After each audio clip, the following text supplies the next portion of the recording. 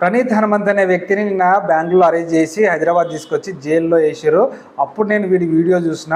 ఆ వీడియో చూసిన తర్వాత ఎంత పరమ దరిద్రంగా చెత్తగా ఉందంటే, అసలు ఒక చిన్న పాప తండ్రి కూతుళ్ళ మధ్య ఉన్న ఒక చిన్న సన్నివేశాన్ని ఇంత అశ్లీలంగా మాట్లాడతారా ఎవరైనా? యూట్యూబ్లో అప్లోడ్ చేసే కంటే ముందు ఒక పెద్ద ప్రాసెస్ ఉంటుంది. ఒక సన్నివేశం తీసుకొని దాని మీద స్క్రిప్ట్ రాసుకొని వీడియో చేసిన తర్వాత ఎడిటింగ్ చేసుకొని అప్పుడు యూట్యూబ్లో అప్లోడ్ చేస్తారు. ఇంత పెద్ద ప్రాసెస్లో మీకు ఎక్కడ అనిపించలేదా, అరే మేము చేస్తుంది తప్పు అని అనిపించలేదా మీకు? మీ మెదళ్ళు ఇంత ఖరాబ్ అయిపోయినాయా? మీరు మనుషులేనా ఇంతకు? మీరు సమాజంలోనే ఉన్నారా లేకపోతే ఏదైనా అడవులలో ఉన్నారా?